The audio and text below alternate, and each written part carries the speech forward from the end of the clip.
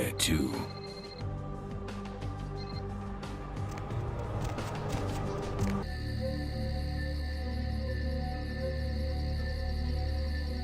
You!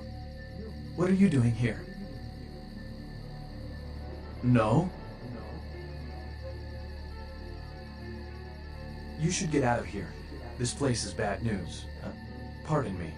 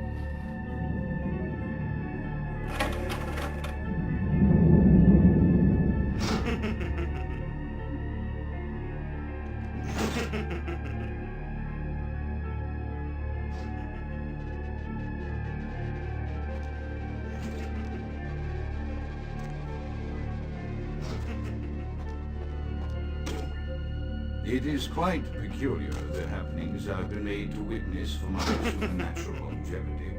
I am thinking of one unfortunate phenomenon in particular, of unique interest to my station, both as a professional and as a sufferer of this vampiric condition. It seems the stream of time has begun to erode the moorings of my chosen field of study, for the methodologies that gave birth to psychology are slowly disappearing. I find myself in an era that overlooks the physical component of psychological pathology time and again in favor of the sophistic practices of Freud. Phrenology, dactylpintilism, and the rest of the old guard has fallen by the wayside, its champions all silenced in death, with my unique exception. Would that I could make my voice heard again, although it may be suspicious should I return to popular medical discourse 50 years after my apparent death. No, better that I continue my studies into the psychoses in secret. One day, may I hold up my own cure as validation of the methods. I am confident no cure for my condition or that of my beloved wife lies within our figurative minds, waiting to be unlocked by the correct combination of memories. Another unfortunate casualty to tide of time, insane asylums. I lament their loss not only as brokerage houses for the breadth and depth of human psychoses, but also I shall mourn them as that peculiar environment present only in insane asylums. That palpable atmosphere of twisted brains and churning bowels, the odoriferous melange of freely flowing bodies, the rolling cacophony of distant sobs and screams, the muttered curses of the enemies, and the blissful gurgling of the lobotomites.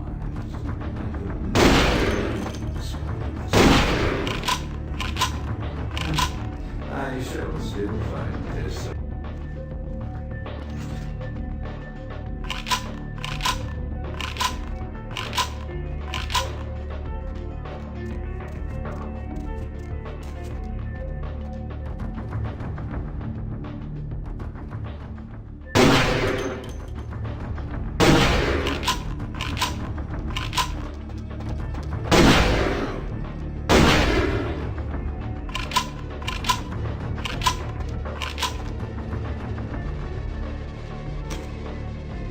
Often I reflect with great regret on the missed opportunity that was my infector. Had I been conscious after the attack, I could have stopped the orderlies from locking her in the roaming pen. What I would give for just one interview, a few simple questions of the plague-ridden woman who met her end that dawn. My studies proceed at a languid pace. I'm mired in a foul ennui as my wife's illness advances. My subjects grow restless without proper supervision, but I cannot pull myself back from this black depression. How many nights I've wasted now, gazing from the tower walk, pondering the frailty of existence.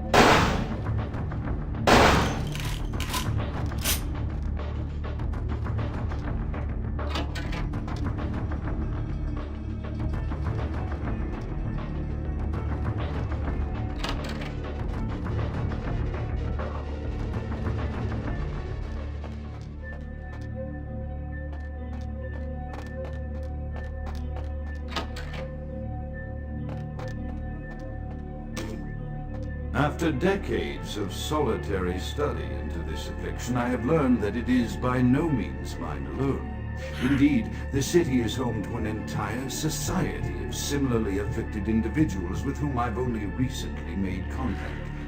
They are an understanding, standoffish sort by and large, but I have been able to confirm with them that the condition is indeed vampirism, which apparently comes in a multitude of strains, each with a spectacular set of symptoms such as invisibility and even a sort of lycanthropy. Through numerous official interactions with the governing body of this secret society, I have concluded that their fundamental understanding of their condition is woefully lacking and mired in suspicion and pseudo-religious dogma that would make a Turk balk for itself. They seem impressed with my studies, as I was able to present them. Apparently, the typical sufferer of my particular strain of vampirism is far from the vanguard of the King's English. So impressed were they that they even offered me an office in their government, a rather high office, amongst other things. I believe I shall accept. If nothing else, it should provide a lofty vantage point from which to observe the breadth and epidemiology of the affliction, so that I may move more expeditiously toward a cure.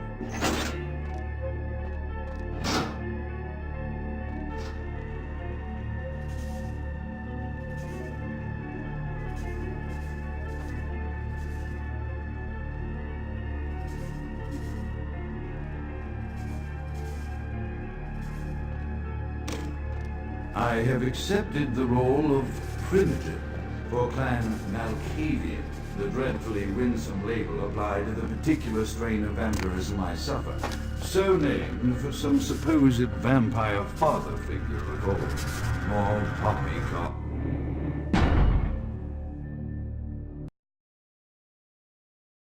Grown from a backward culture that seems to family on the children's tales in the fiction of Victorian Rome, where he should concern himself with the science behind it. For I have taken this office for no greater reason than to advance my research. I must make mention, however, that even among my would-be peers in this governing body of vampires, the level of paranoia and superstition is frightening. Their intelligence is not the question, as they afforded me the disappointment I suspect that their overtures were hand-held. That must be my obvious infatuation with reason. For the devil would have such honeycomb captives.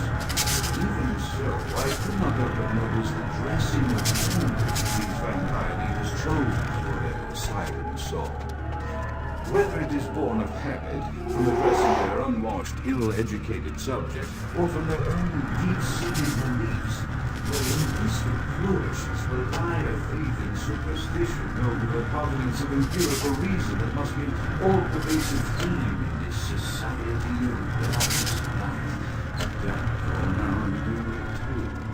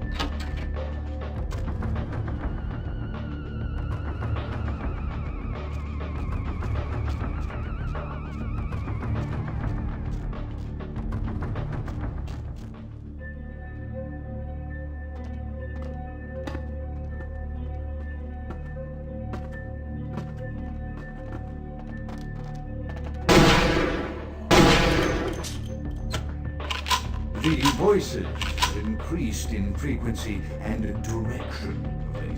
They have begun to stay with me long after conversation has ceased and are serving as quite a distraction. I fear others are beginning to notice my preoccupation at the vampire gatherings. I am thinking again of the particular vampire of whom I spoke previously, who I dare not name for my growing fear. If the voices are... I am no longer safe. I know it. The voices have proven themselves authentic, and I have withdrawn from the Vampire Society entirely.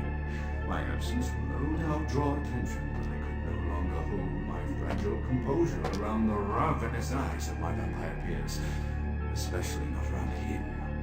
The voices compelled me to make what I fear is a Faustian bargain.